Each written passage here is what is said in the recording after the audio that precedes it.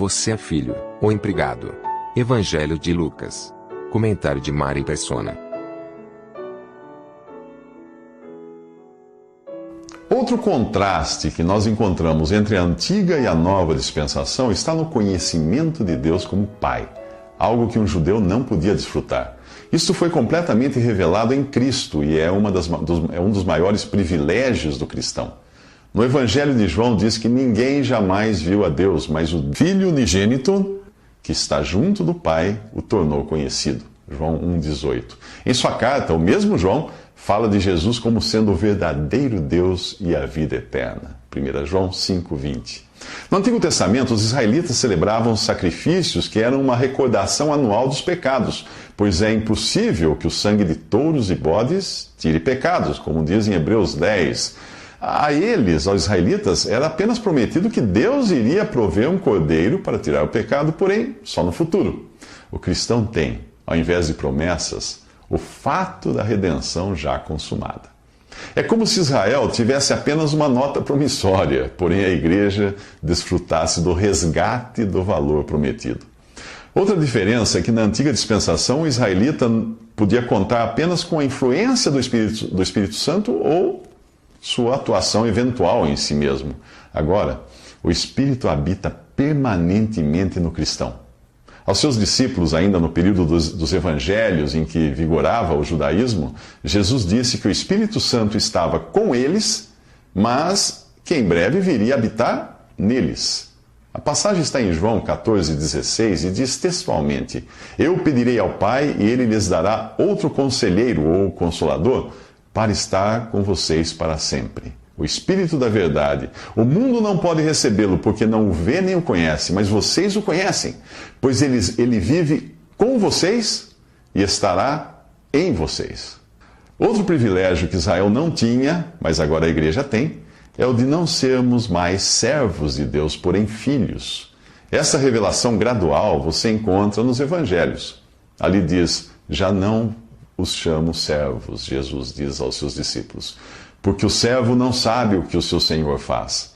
Em vez disso, eu os tenho chamado amigos, porque tudo o que ouvi de meu Pai, eu lhes tornei conhecido. João 15,15. Isto Jesus disse antes de morrer. Mas após a ressurreição, ele revela a Maria Madalena um novo relacionamento do qual nós podemos desfrutar hoje. Vá, porém, a meus irmãos, diz ele, e diga-lhes: estou voltando para meu Pai e Pai de vocês, para meu Deus e Deus de vocês. João 20,17. Por tudo isso, e muito mais que você encontra nas Escrituras, como alguém poderia querer voltar às velhas práticas da lei ou dos rituais judaicos agora que estamos do lado de cada cruz? Por que buscar no Antigo Testamento um modelo de adoração com aqueles que não podiam nem ter a certeza de sua salvação, que precisavam de um templo de pedras, de instrumentos musicais, de muito ouro para adorar a Deus? Como buscar bênçãos terrenas agora que o Deus e Pai de nosso Senhor Jesus Cristo nos abençoou com todas as bênçãos espirituais nas regiões celestiais em Cristo Jesus? Jesus conta uma parábola. A terra de um certo homem rico produziu muito bem. Ele pensou consigo mesmo: o que eu vou fazer? Não tenho onde armazenar minha colheita, então disse: já sei o que eu vou fazer. Eu vou derrubar os meus celeiros e eu vou construir outros maiores, e ali eu guardarei toda a minha safra e todos os meus bens, e eu direi a mim mesmo: você tem grande quantidade de bens armazenados para muitos anos. Descanse, coma, beba e alegre-se. Contudo, Deus lhe disse: insensato, esta mesma noite a sua vida lhe será exigida. Então, quem ficará com o que você preparou? Assim acontece com quem guarda para si riquezas, mas não é rico para com Deus. O pronome pessoal eu, subentendido como sujeito oculto nesta parábola, revela duas coisas: a pretensão daquele que pensa estar no controle de sua vida e a solidão em que vive o avarento, que é egoísta e só pensa em si. A parábola fala ainda da loucura, que é achar que bens materiais possam garantir segurança e acreditar que a vida resume-se ao nosso tempo aqui na Terra. O insensato consulta a si mesmo sobre o que fazer com o que acumulou. Ele exclui Deus de seus planos, esquecendo-se de que todo ser humano tem em sua agenda um compromisso pétreo, isto é, que não pode ser adiado: encontrar-se com Deus. Para ninguém se esquecer disso, Deus repete 3 vezes na Bíblia: diante de mim todo joelho se dobrará e toda língua confessará que sou Deus. Isso está em Isaías 45, Romanos 14 e Filipenses 2. A diferença está em quando você dobra seus joelhos e confessa com a sua língua. A palavra de Deus promete que se você confessar com a sua boca que Jesus é Senhor e crer em seu coração que Deus o ressuscitou dentre os mortos, será salvo. Romanos 10, 9. Mas isto só vale enquanto você está vivo.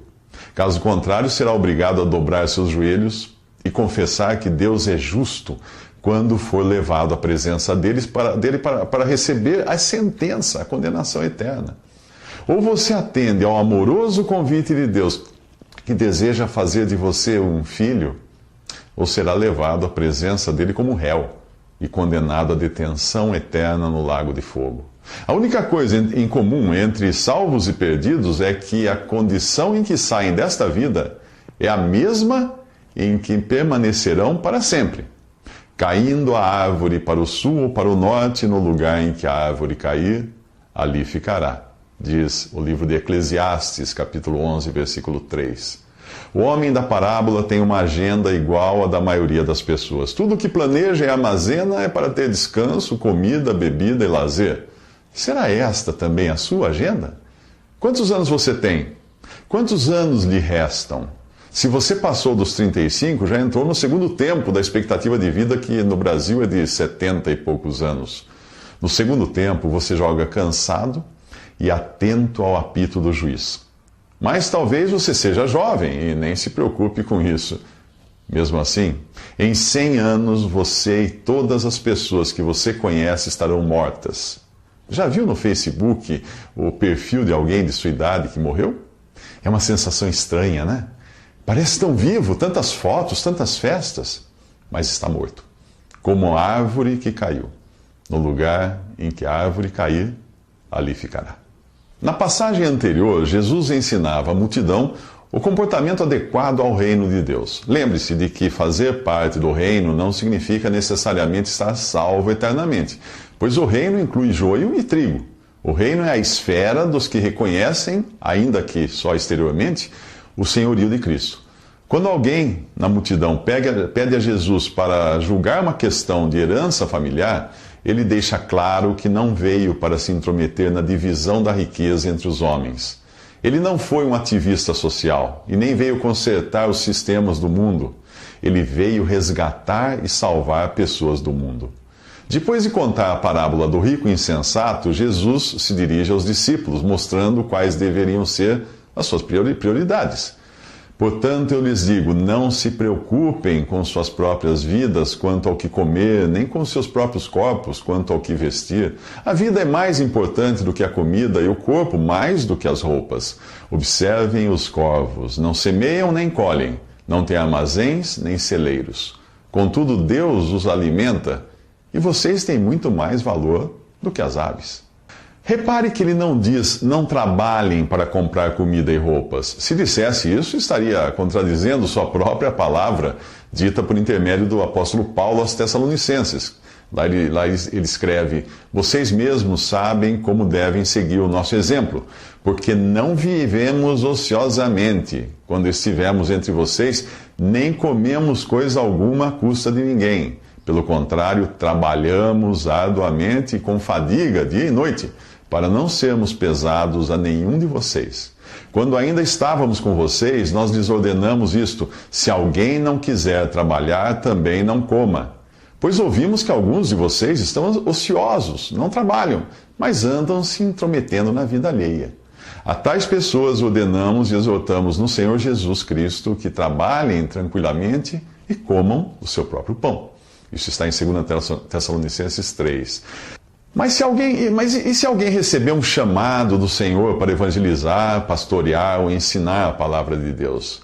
Então o Senhor irá sustentá-lo, sem que precise pedir nada a ninguém. Se o sustento não vier, é porque o Senhor quer que ele trabalhe em regime integral ou parcial, como fazia Paulo, que fabricava tendas. As duas formas são corretas. Porém, existe uma terceira classe de pessoas. A dos que não esperam no Senhor, mas pedem dinheiro aos homens com a desculpa de que é para a obra de Deus. Que diferença da vida de Paulo, que dizia: não cobicei a prata nem o ouro, nem as roupas de ninguém. Vocês mesmos sabem que estas minhas mãos supriram minhas necessidades e as de meus companheiros. Em tudo o que fiz, mostrei-lhes que, mediante trabalho árduo, devemos ajudar os fracos, lembrando as palavras do próprio Senhor Jesus, que disse: há maior felicidade em dar do que em receber. Isso está em Atos 20. Nos próximos 3 minutos, descubra a cura para a ansiedade. Jesus continua ensinando os seus discípulos a dependerem de Deus em tudo. Ele diz: quem de vocês, por mais que se preocupe, pode acrescentar 1 hora que seja a sua vida? Visto que vocês não podem sequer fazer uma coisa tão pequena, por que se preocupar com o restante? Então, será que eu devo deixar as coisas caírem do céu? Não devo mover uma palha para elas acontecerem? Existem muitas palhas que nós podemos mover, mas nenhum movimento adiantará se não for feito sob a direção de Deus. Por quê? Ora, se eu e você não somos capazes de acrescentar 1 hora à nossa vida, por que achar que nós estamos no controle dela? Alguma vez você perdeu um dia de escola ou de trabalho por doença, acidente ou morte na família? Você estava no controle dessas coisas? Absolutamente não. Você não foi capaz de fazer coisa alguma para impedir ou alterar essa situação. Você nem mesmo escolheu nascer neste país ou ter o corpo que tem. Você não escolheu quem seriam seus pais ou se nasceria saudável ou não. Se você não tem controle sobre essas coisas, por que pensaria estar no controle das outras? Observem como crescem os lírios, diz Jesus. Eles não trabalham nem tecem. Contudo, eu lhes digo que nem Salomão, em todo o seu esplendor, vestiu-se como um deles. Se Deus veste assim a erva do campo, que hoje existe e amanhã é lançada no fogo, quanto mais vestirá vocês, homens de pequena fé. Este é o segredo, fé. E na Bíblia há muitos exemplos de homens e mulheres de fé, como Noé e sua esposa, figuras do crente vivendo em um mundo destinado a juízo. Com que Noé estava ocupado? Certamente não com a melhoria do mundo para sua família, mas com a salvação de si mesmo, de sua família e de qualquer um que acreditasse na mensagem que ele pregava. Noé era um pregador da justiça divina, avisando a todos do dilúvio que viria e mostrando na prática que cria no que Deus disse. A enorme arca, construída em terra seca, antes de cair a primeira chuva, era visível a todos. Naquele tempo, os seres humanos viviam mais, e Noé devia ter uns 480 anos, quando foi avisado por Deus do juízo que viria e recebeu instruções de como se salvar por meio da arca, que é uma figura de Cristo. Lendo a história toda, do capítulo 5 ao 9 de Gênesis, e fazendo algumas contas com as idades, você irá descobrir que Noé não tinha filhos ainda quando foi avisado da destruição do mundo. Você já escutou algum casal dizer que não quer filhos porque o mundo está ruim? Pois é, Noé não vivia em um mundo ruim. Noé vivia em um mundo com data de vencimento. E mesmo assim, decidiu ter filhos. Pois era um homem de fé. É disso que eu estou falando, da fé que confia e espera em Deus e não se aflige com as circunstâncias. Nos próximos 3 minutos, conheça a diferença entre o crente e o incrédulo.